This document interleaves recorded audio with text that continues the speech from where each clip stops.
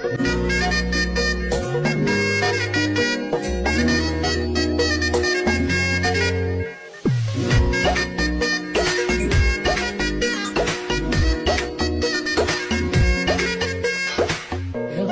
বাড়ই তুই রঙ্গিলা রে, তোর রূপের আগুনে হৃদয়ে পড়ে শুনলে সুজন আমি ভিতরে চাঁদে আগুনে খেলিস না রে।